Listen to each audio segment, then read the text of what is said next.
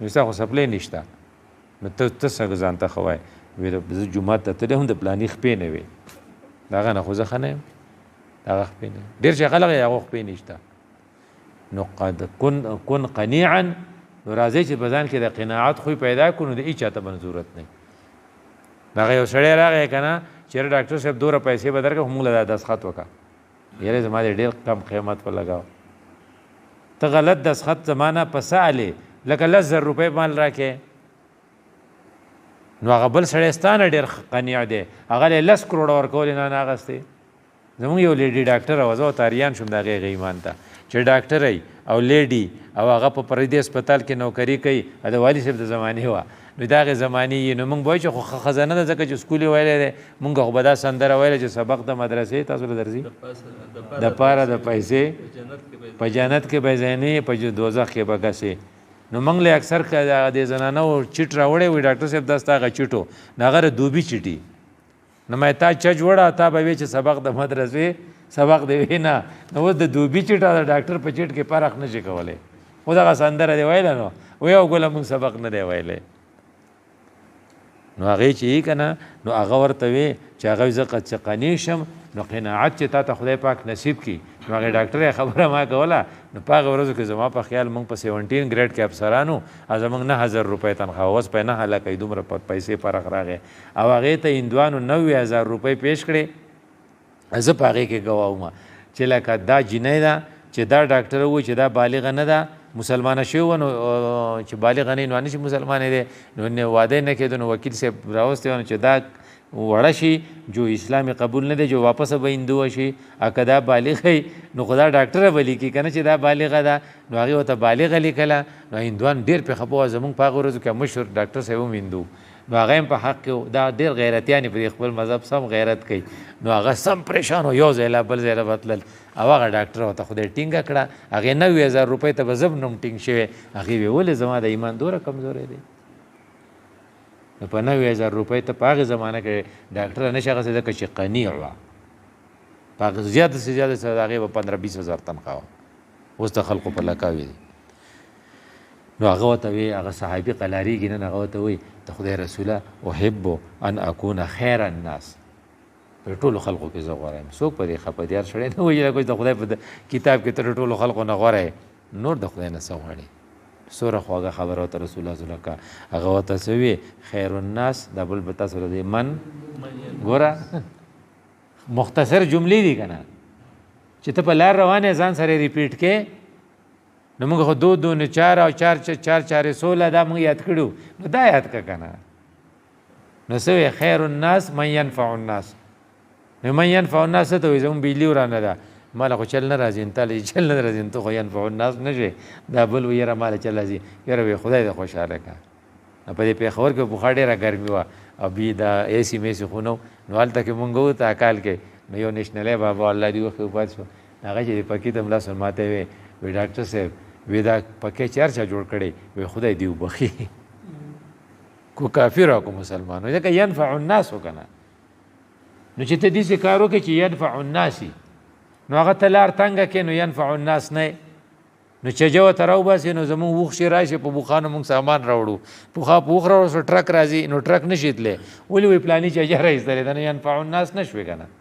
او پردی لار دې بنده کړې ده دا خو عام لار ده نه شاملات ته وي شاملات وي وخي په ملکانډ کې نو وایي چې سیاستدانان دې خدای څه نه کوي هغه وایي نه موږ د دې شاملاتو چې شا قبضه کړي موږ د هغو ملګري یو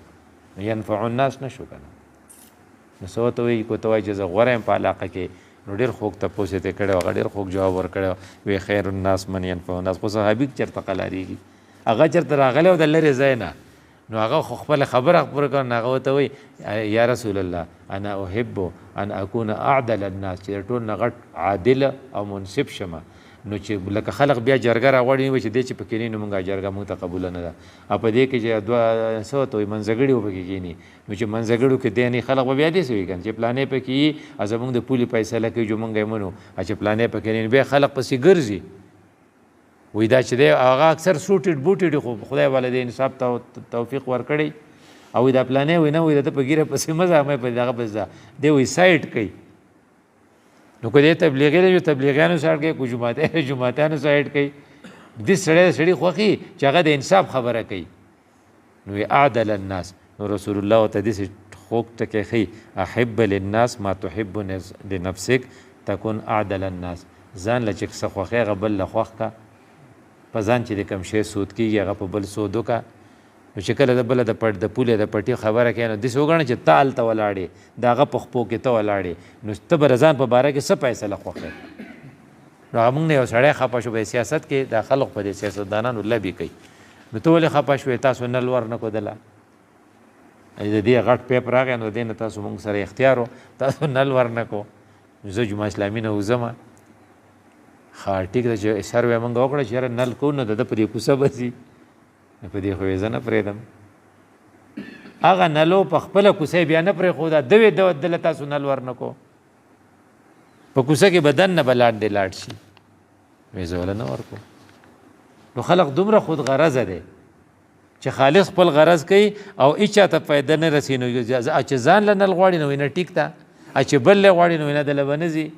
نو خو منصف نه شي او چې تبعلو کېږي. احب للناس ما تحب لنفسک، چې ځان له کوم شي خوښي چې په بل سود ولې نه کېږي. هغه ورته وایي چې زما د ایمان کامل نو څومره مزه به وکړي، اکمل ایمانا. نو حضرت ورته وایي چې حسن خلقک، دا خپل خوی دی ښه کړه، نو تکمل ایمان، ایمان به دې بیا ښیي. احسن المؤمنین اخلاقا اکمل المؤمنین ایمانا، حدیث دی احسنهم اخلاقا، چې خو یې ښیي چې په کور کې ته مور هم خوشحالی او جورندار ته هم خوشحالی او دکانداران ته هم خوشحالی. و دکانداران نه ما تپوس کوم چا نه تنګې په نیکانو کې، یاره په دې کور کې یو حافظ راوتی دی ویله 30 تاریخ نه په تنخواګانو پسې په کرایو پسې راځي. او حافظان خدای دې ښه ساتي خو اکثر ډېر غوسه ناکي او داسې تنګ کړي یو پوزې له راوستي یو. او دا کور د حافظ صاحب د وجې نه وران شو، اکثر په دې کورونو کې داسې وي. او دا پلانې خو پکې تبلیغي دی وایي چپ شوی امان ته غواړه. دا ولې خوی یې ښه نه وي؟ چې خوی یې ښه نه وي نو ایمان یې ښه نه وي. نو دا کلي کور خلق ورته وایي تبلیغ له لاړ شه، تبلیغ والا وایي موږ له بل څوک راکړه، دا سړی موږ له رالېږي په جوماتونو کې جنګ کوي. نو چې خوی ښه نو ښه خوی چې دی دا د دې دپاره یو غټه خبره ده چې ستا خوی دې ښه د ښه خوی دپاره. هغه صحابي قلاریږي نه، نو هغه وایي چې ان احشر یوم القیامت فی النور، زما ارمان دا دی چې د قیامت ورځې زما سره رڼایي ټارچ را سره یو ښه 200 بله پي را سره. نو رسول الله صلی الله علیه وسلم ورته آسان ښیي، لا تظلم، په چا باندې ظلم مه کوه، لا تظلم احدا، په هیچا ظلم مه کوه. احشر یوم القیامه، د قیامت په ورځ باندې به په نور کې. بل حدیث تاسو ته به یاد یې زه نیم ځواب نیم الظلم ګوره چې کله ته ظلم کې که نه که هغه ته اکثر موږ وایو که نه انګور زمونږ ورېری هغې پلار مړي نو هغه غریبه بار ځای جارو کوي. نو که هغه څه خبره کوي نو وایي زه د خپې نه نیسم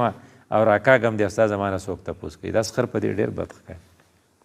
د خپې نه دې نیسم راکاږم دی ستا زما نه څوک تپوس، هغې نه به څوک ستا نه به یې څوک تپوس وکړي.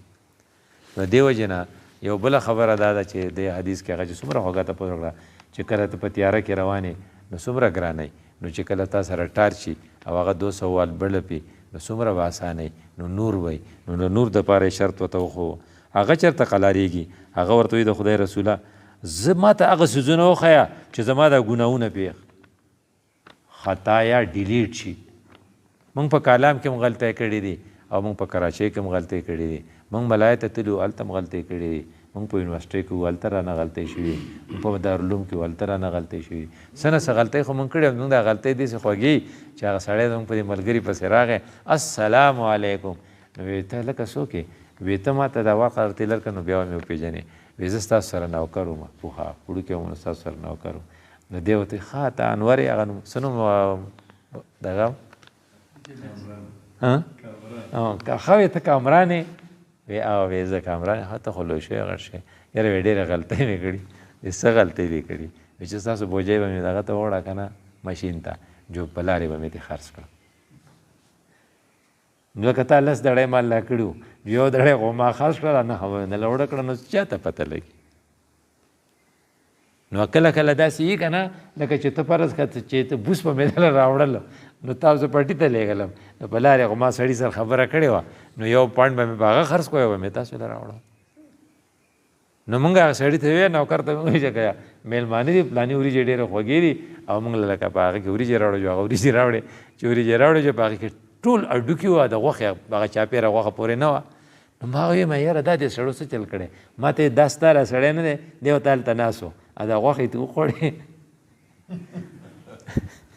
عادت یې ده چل یې زده کړی نو هغه وایي چې دا غلطۍ دی که نه دا زموږ ټول په ریکارډ باندې دي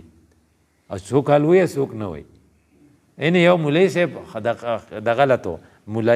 مولاتوب لته او مخکې نوکرۍ موکرۍ کړې وې نو په موږ پسې راغی چې تاسو موږ ته هغه خوړلې څکلي معاف کړئ دا چې وایي څوک وایي دا ډېر غټ تکړه سړی نو هغه وایي چې خوړلې څکلي راته معاف کړئ بخښنه به وکړو نو ما ویمه یاره ولې وایي چې یاره ستاسو ما ډېر شی پیسې پټې کړي نو ما ورته ویمه یاره ته علم له ځې نو دغه پکې زموږ د طرفه شوې راشم سپیکر چې تپوس ته ونه کوس که 1 لاک جوړېږي زه تړه نه شم ټینګولی ځکه زه خو به له 20 کاله زموږ سره تېر کړي که نه خو زه هم چې زه له 70,000 روپۍ وی نو مې فکر راته مه ښیه هسې نه چې موږ لږ درته وښویږو نو دې وجې نه خلق دا خطاګانې زموږ د زندګي د خطاګانو نه ډکه ده هغه صحابي وایي چې زما دا خطاګانې به په څه معاف کېږي د الله رسول ورته چل ښیي هغه ورته وایي الدموع د سترګو نه به اوښې بهیې الدموع دا د سترګې دا اوښه دومره تیزه ده په دې دومره پاورفول ده چې دې ته هېڅوک نشي ټینګېدی د دوزخ اور ته هم نشي ټینګېدی دا پې مري دا بیا چربانګ وخت کې چې ته بیا ځان له شې او د خدای رحمتونه او د خدای نعمتونه په ځان ته را یاد کړې او بیا د خپل هغه حماقتونه چې تا کم کړي